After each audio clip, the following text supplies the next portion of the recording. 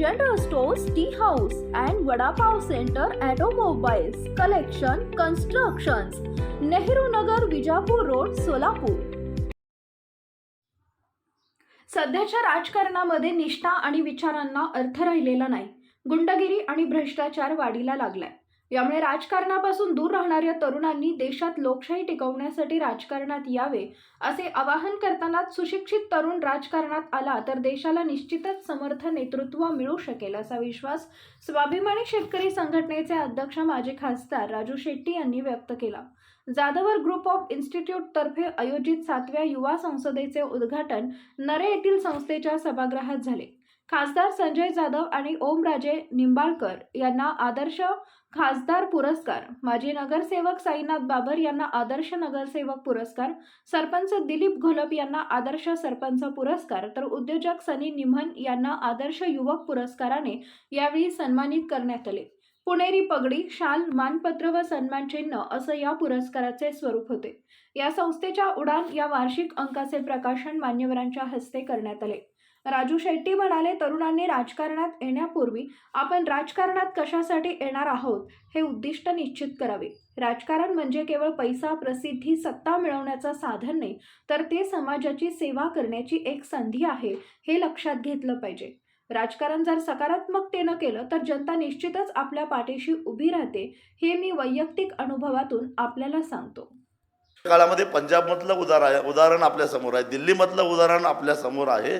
आणि म्हणून जर जनतेनेच ठरवलं आणि कुणी काही ताम्रपट घेऊन आलेला नाही, लक्षात ठेवा, मीच राज्य करणार किंवा मी ह्या समाजाचा, या देशाचा, या राज्याचा वाली मीच आहे असं म्हणणारा कोणी ताम्रपट घेऊन आलेला नाही आहे. कधी काळी असं वाटायचं की नेहरू नंतर या देशाचं काय होईल, पण तेवढ्याच सक्षमपणानं इंदिरा गांधींनी या देशाचं नेतृत्व केलं. कधी नंतर इंदिरा गांधी नंतर काय होईल असं वाटायला लागलं अचानक त्यांचा खून झाल्यानंतर. पण राजीव गांधींनी सुद्धा काही काळ या देशाचं नेतृत्व केलं. त्याच्यानंतर वाटायला लागलं की आता काही खरं नाही. पण त्याच्यानंतर सुद्धा अनेक वाजपेयी ज्यावेळी पंतप्रधान होते त्यावेळी तर आता विरोधी पक्ष संपलाच असं वाटत होतं. पण नेतृत्व नसताना विरोधी पक्षाने निवडणूक लढवली आणि अनपेक्षितपणे डॉक्टर मनमोहन सिंग या देशाचे पंतप्रधान झाले आणि त्यांनी 10 वर्ष या देशाचं अतिशय चांगल्या पद्धतीनं कुशलतेनं नेतृत्व केलं. हा या देशाचा इतिहास आहे, लक्षात ठेवा. त्यामुळं पुन्हा एकामुळं देश चालतोय असं काही समजायचं कारण नाही. जेव्हा जेव्हा देशाला गरज भासते, जेव्हा जेव्हा समाजाला गरज भासते, त्यावेळी समाजातूनच एक नायक पुढं येतो आणि तो या समाजाला नेतृत्व देत असतो. तेव्हा आपण फक्त आपली जबाबदारी ओळखून, लोकशाहीनं आपल्यावर काय जबाबदारी टाकलेली आहे ती जबाबदारी ओळखून जर का आपण पुढं वाटचाल करायचं ठरवलं तर या देशामध्ये कधीही काही कमी पडणार नाही. आणि हा 18 पगड जातीचा, अनेक धर्मांचा, अनेक भाषा असणारा हा देश कुणी कितीही प्रयत्न केला तर शेवटपर्यंत एकसंघ राहणार आहे, होता एकसंघ, राहणार एकसंघ आणि हा देश असंच राहणार. पण या देशाची संस्कृती बिघडू पाहणारे, राजकीय संस्कृती बिघडू पाहणारे मात्र काळाच्या ओघात लयाला जातील हे लक्षात ठेवा.